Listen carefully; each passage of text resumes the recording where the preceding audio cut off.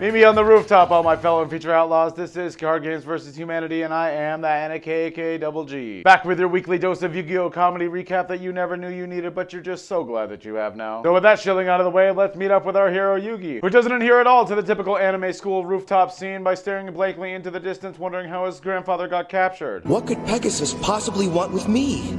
And could it have something to do with my Millennium Puzzle? Oh, I don't know. It's not like he wasn't just talking to you about the Millennium items for about 66% of the duel that you just had with him. This show's hard on for videotapes with absolutely no labels continues on as Joey receives a message from his younger sister. Something that would be completely normal to play in a random classroom at school after hours instead of just, you know, in your own home. I'll never forget the day Mom took me to live with her. Joey! Serenity! Don't go! Wait! I'm the only one that smiles at how happy she sounded telling that story before we're instantly bombarded with horrific screams and terrible 4Kids voice acting. Joey's sister will go blind if she doesn't get a very expensive operation that he must now pay for instead of his parents. If she was, you know, smart, she would just start a GoFundMe. We head back to the card shop where this tiny envelope full of some cards with no text on them are waiting for Yugi. Very important items that Pegasus requires Yugi have to enter the Duelist tournament, left in the crack of a door that anyone could have just, you know, walked by and stolen. We head back to school the next day. Or the same day. It's never really made clear. As these heroes read these cards with no text on them explaining exactly what they need to do next. Taya then slips up and speaks her mind about the 4Kids writing staff.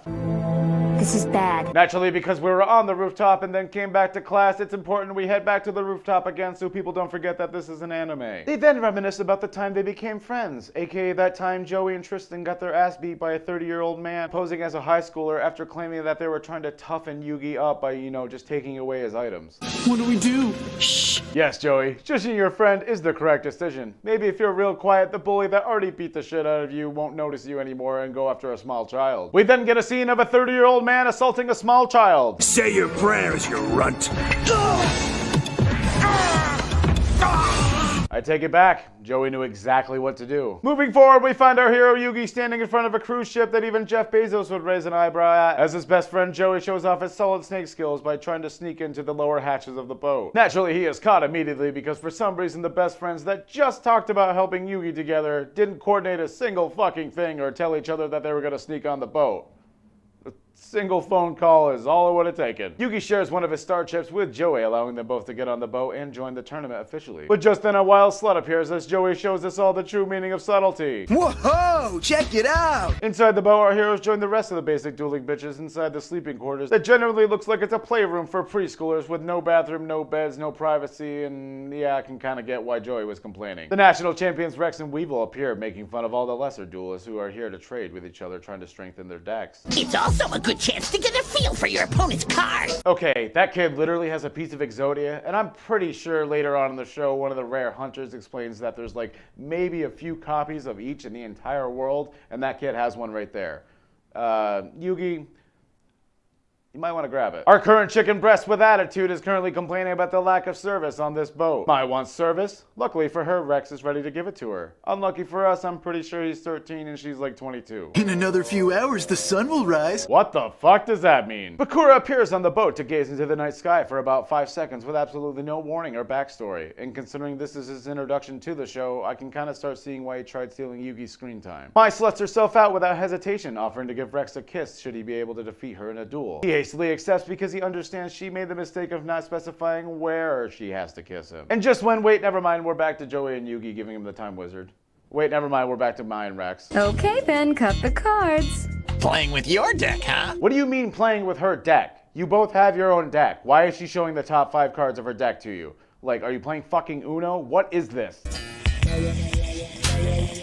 That's the face of a man with pure intentions. Back to the port, or bow, or whatever the hell part of the boat this is, Weevil appears and asks Yugi if he can see the Exodia cards that he defeated Seto Kaiba with. And because these aren't some of the most powerful and rarest cards in the world, and he met Weevil all of 15 minutes ago, of course he hands them over to his new best friend. Say goodbye to Exodia!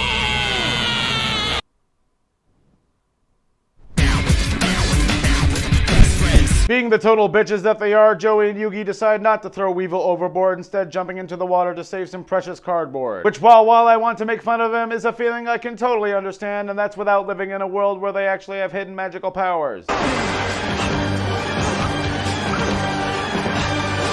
Okay, that was just like 5 full seconds of them just breathing heavily. Rex loses his second duel in 3 episodes, somehow exploding with cards upon impact against the wall. Luckily, our heroes Yugi and Joey are saved by their best friends, Taya and Tristan. 2 best friends that didn't tell them at all that they were coming or sneaking on until after they helped them. The episode ends with Joey explaining to all his friends that he needs the prize money for his sister's operation, proving once and for all that Joey is a loving and courageous character, as well as proving that even in a fictional land where they have magical Egyptian powers locked within trading cards, if you don't have health insurance, you still have to pay millions for surgery. This might be America. Well, that's it for this week's episode of Card Games vs. Humanity. I want to thank you all for watching. Be sure to hit that like and leave a comment telling me what you thought. Be subscribed and share it with a buddy or two. Help me get there, and we'll make this maybe 2 episodes a week. Maybe.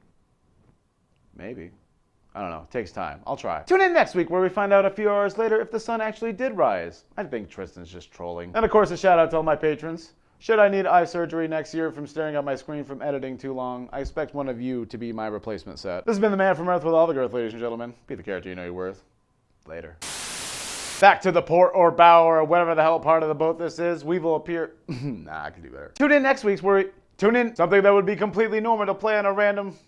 I am bad right now. School rooftop. High school rooftop. Rooftop. Okay, that was just like 5 full seconds of them just. Why can't I say this? Inside the boat, the heroes join the rest of. Inside the boat, the. Shut up.